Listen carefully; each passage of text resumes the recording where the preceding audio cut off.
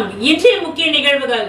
புதுச்சேரி உருளையன்பேட்டை தொகுதி கோவிந்த சாலை பகுதியில் நேரு என்கின்ற குப்புசாமி எம்எல்ஏ அவர்கள் இன்று புதுத்தேரு பகுதியில் புதிய சிமெண்ட் சாலை அமைப்பதற்காக அதிகாரிகளுடன் ஆய்வு மேற்கொண்டார்.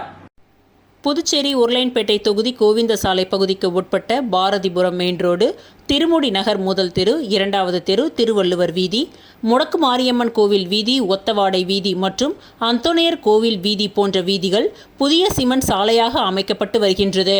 மேலும் கோவிந்த சாலை பகுதிக்கு உட்பட்ட புதுத்தேரு பகுதியில் புதிய சிமெண்ட் சாலை அமைக்கப்பட வேண்டுமென அப்பகுதி மக்களின் கோரிக்கையை ஏற்று உருளையன்பேட்டை தொகுதி சட்டமன்ற உறுப்பினரும் புதுச்சேரி மனிதநேய மக்கள் சேவை இயக்க நிறுவன தலைவருமான நேரு என்கின்ற குப்புசாமி எம்எல்ஏ அவர்கள் 13/7/2025 அன்று புதுத்தேரு பகுதியில் புதிய சிமெண்ட் சாலை அமைப்பதற்காக அதிகாரிகளுடன் ஆய்வு மேற்கொண்டார். புனித சூசையப்பர் மருத்துவமனையில் 163வது தொடர் மருத்துவ கல்வி கருத்தரங்கம் நடைபெற்றது. புனித சூசையப்பர் மருத்துவமனையில் 163வது தொடர் மருத்துவ கல்வி கருத்தரங்கம் நடைபெற்றது. மருத்துவமனையின் திட்ட அதிகாரி டாக்டர் ரங்கநாத் வரவேற்புரையாற்றினார். கருத்தரங்கில் சிறப்பு விருந்தினராக டாக்டர் கௌரி துரைராஜன் கலந்து கொண்டு பேசியதாவது: மகப்பேறு மருத்துவ பயிற்சியில் நேற்று, இன்று, நாளை என்கின்ற தலைப்பில் உரையாற்றினார். பல ஆண்டுகளாக மகப்பேறு மருத்துவமனை பயிற்சி மாறி வரும் சூழலில் நாம் வாழ்ந்து கொண்டிருக்கின்றோம். இத்தகைய காலகட்டத்தில் மகப்பேறு காலத்தில் தாய் இறப்பு விகிதத்தை குறைத்து வருவதில் மருத்துவமனைகளும் அரசாங்கமும் பல்வேறு நவீன யுத்திகளை கையாண்டு வருகின்றது. கர்ப்ப காலத்தில் ஏற்படும் மருத்துவ பிரச்சனைகளின் வகைகளும் மாறி வருகின்றது. மேலும் அறுவை சிகிச்சையை குறைப்பதற்கான முக்கியத்துவம் செயல்படுத்தப்பட்டு வருகின்றது. மகப்பேறு நடைமுறையில் பல்வேறு மாற்றங்கள் அனைத்தும் எதிர்காலத்தில் செயல்படுத்தப்படும் என்று விளக்கமாக கூறினார். முன்னதாக சிறப்பு விருந்தினராக கலந்து கொண்ட டாக்டர் கௌரி துரைராஜன் அவர்களுக்கு டாக்டர் ரங்கநாத் முன்னிலையில் டாக்டர் கஸ்தூரி நினைவு பரிசுகளை வழங்கினார். கந்தசாமி நன்றி உரை கூறினார். இவ்விழாவிற்கான ஏற்பாடுகளை திட்ட இயக்குனர் டாக்டர் ரங்கநாத் செய்திருந்தார்.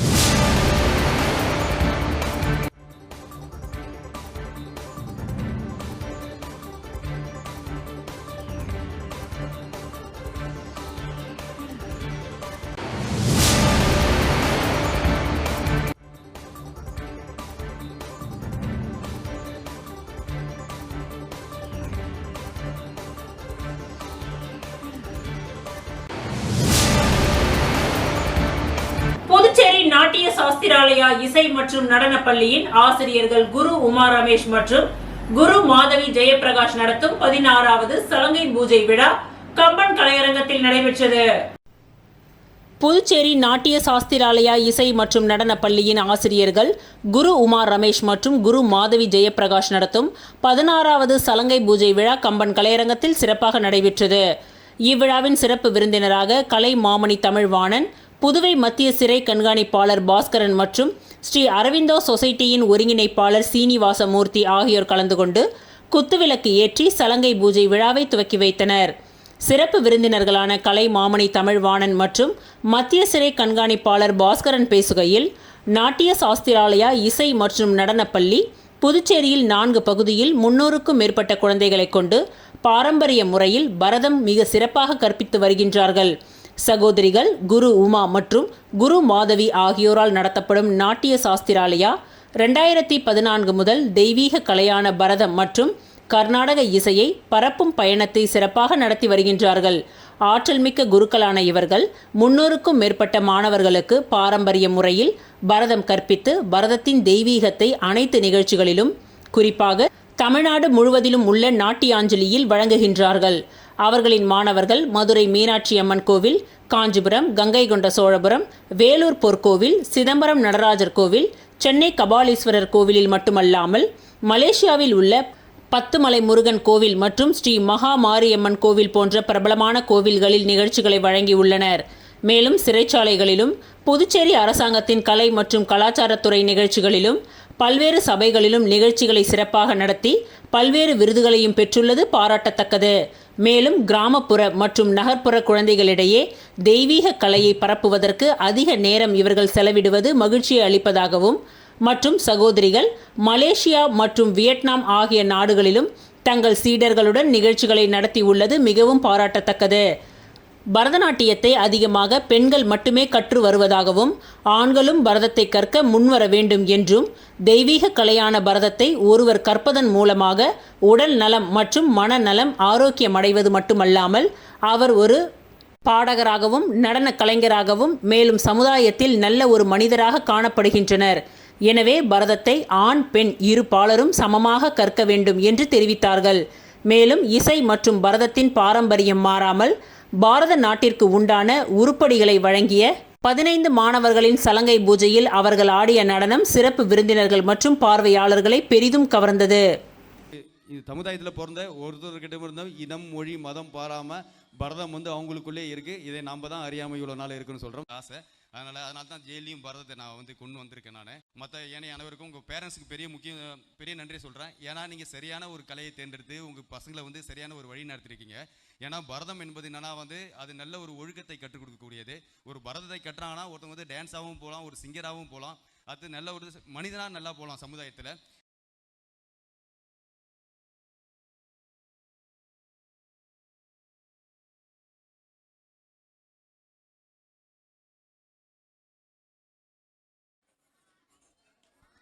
அவரை தொடர்ந்து திரு கோகுல் திருமதி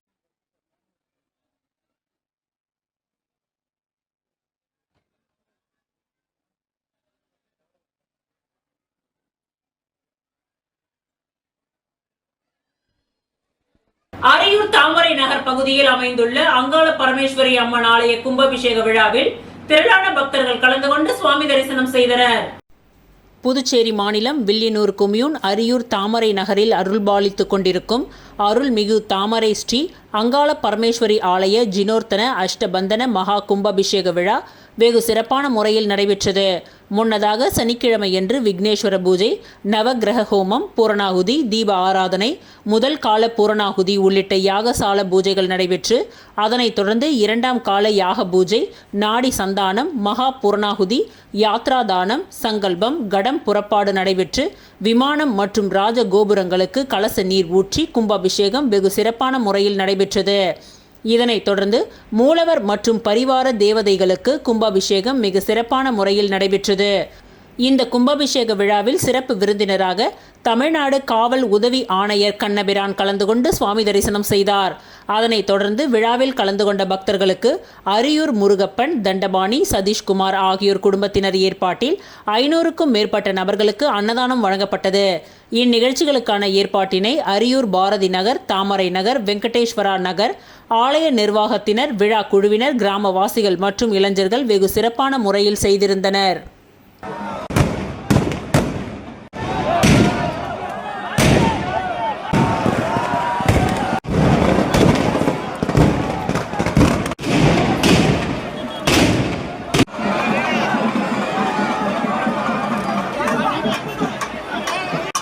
பக்தர்களுக்கு ஒரு அன்பான அறிவிப்பு. இது பைபொருள் தான் இதோட யாகசாலை வாக்குகளே இந்த 5 வழங்கி கொண்டிருக்கிறார்கள். இந்த 5 சகல செல்வங்கள் பெறும் ஐதீகம். இந்த 5 வீட்டு நடுவீட்டில் வைங்க. எந்திரத்தை கடை வீட்டு வாசல் கல்ல மாட்டுங்க. வீட்டுக்கு ஒரு நாணயம் மட்டுமே.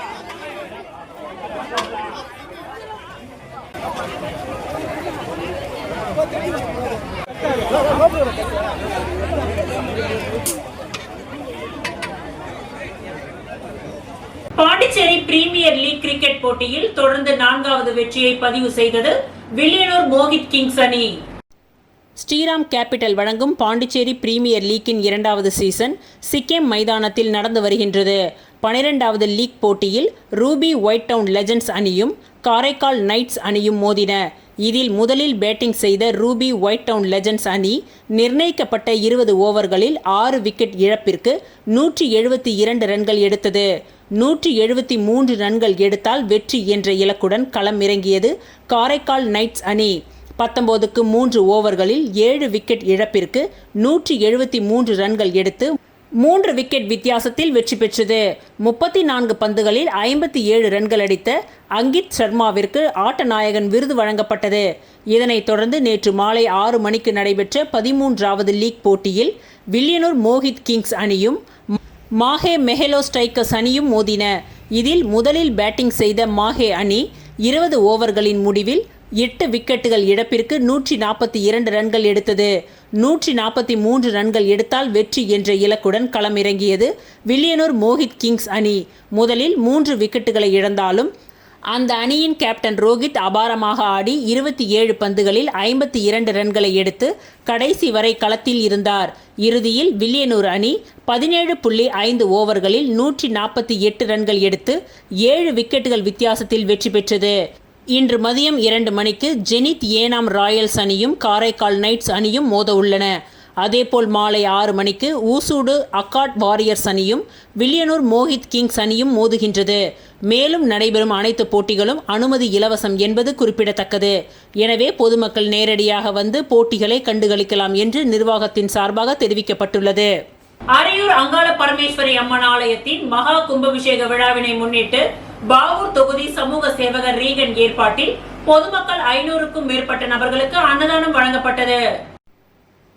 புதுச்சேரி மாநிலம் மங்களம் சட்டமன்ற தொகுதிக்கு உட்பட்ட அரியூர் தாமரை நகர் பகுதியில் அமைந்துள்ள அங்காள பரமேஸ்வரி அம்மன் ஆலய கும்பாபிஷேக விழா இன்று வெகு விமர்சையான முறையில் நடைபெற்றது. ஆலய நிர்வாகத்தினர், சமூக சேவகர்கள், அரசியல் பிரமுகர்கள் உள்ளிட்டோர் அன்னதானம் வழங்கினர். அதன் ஒரு பகுதியாக பாகூர் தொகுதி சமூக சேவகர் ரீகன் ஏற்பாட்டில் அன்னதானம் வழங்கப்பட்டது. இதில் சிறப்பு விருந்தினராக தமிழ்நாடு காவல் உதவி ஆணையர் கண்ணபிரான் கலந்து கொண்டு விழாவினை சிறப்பித்தார். இந்நிகழ்ச்சியில் அரியூர் சந்திரன், சூர்யா, சங்கர், மஞ்சினி, ஐயனார், முருகானந்தம், கௌஸ்துவ பரணன், கல்யாண சுந்தரம் உட்பட முக்கிய நிர்வாகிகளும் பொதுமக்கள் ஏராளமானோர் கலந்து கொண்டு விழாவினை சிறப்பித்தனர்.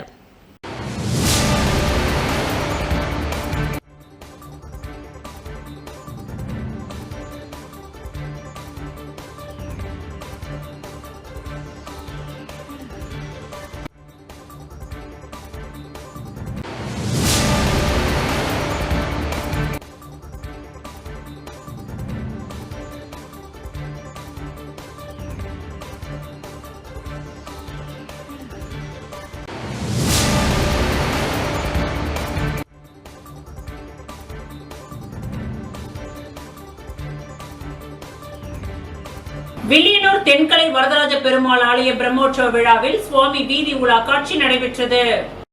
வில்லியனூர் வடக்கு மாட வீதியில் எழுந்தருளி இருக்கும் அருள்மிகு ஸ்ரீ தென்கலை வரதராஜ பெருமாள் ஆலயத்தின் பிரம்மோற்சவ விழா கடந்த மாதம் கொடியேற்றத்துடன் துவங்கியது. தொடர்ந்து இந்த ஆலயத்தில் திருமஞ்சனமும் சுவாமி வீதி உலா காட்சியும் நடைபெற்று திருத்தேர்பவனி கடந்த வாரம் நடைபெற்றது. அதனைத் தொடர்ந்து நேற்று மாலை ஸ்ரீதேவி பூதேவி சமேத வரதராஜ பெருமாளுக்கு திருமஞ்சனம் நடைபெற்று சிறப்பு அலங்காரத்தில் சுவாமி வீதி உலா காட்சி நடைபெற்றது.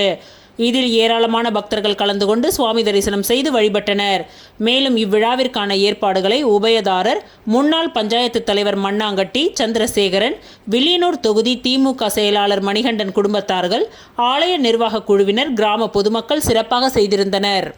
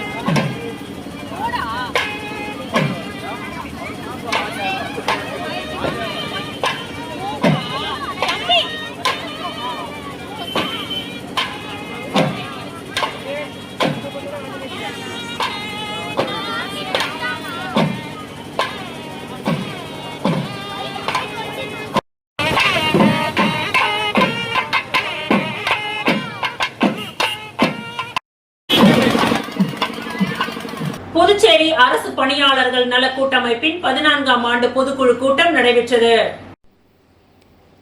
அரசு பணியாளர்கள் நல கூட்டமைப்பின் 14ஆம் ஆண்டு பொதுக்குழு கூட்டம் ஜவஹர் நகர் சமுதாய கூடம் பூமியான்பேட்டை பகுதியில் இன்று 13/7/2025 ஞாயிற்றுக்கிழமை காலை 9 மணிக்கு துவங்கியது. புதுவை, காரைக்கால், ஏனாம் பகுதிகளில் இருந்து கலந்து கொண்ட பொதுப்பணித்துறை மற்றும் ராஜீவ்காந்தி கால்நடை மருத்துவக் கல்லூரி வவுச்சர் ஊழியர்கள் 1000ற்கும் மேற்பட்டோர் மத்தியில் குரல் வாக்கெடுப்பு நடத்தி பின்வரும் தீர்மானங்களை கூட்டமைப்பின் தலைவர் MN சரவணன் தலைமையிலும் கூட்டமைப்பின் வழக்கறிஞர் கார்த்திகேயன் அவர்கள் முன்னிலையிலும் நிறைவேற்றப்பட்டுள்ளது. புதுவை அரசுக்கும் சம்பந்தப்பட்ட துறைக்கும் தீர்மான நகலை கொடுத்து வரும் ஆகஸ்ட் மாதத்திற்குள் நடைமுறைப்படுத்த வேண்டி வலியுறுத்தப்பட உள்ளது.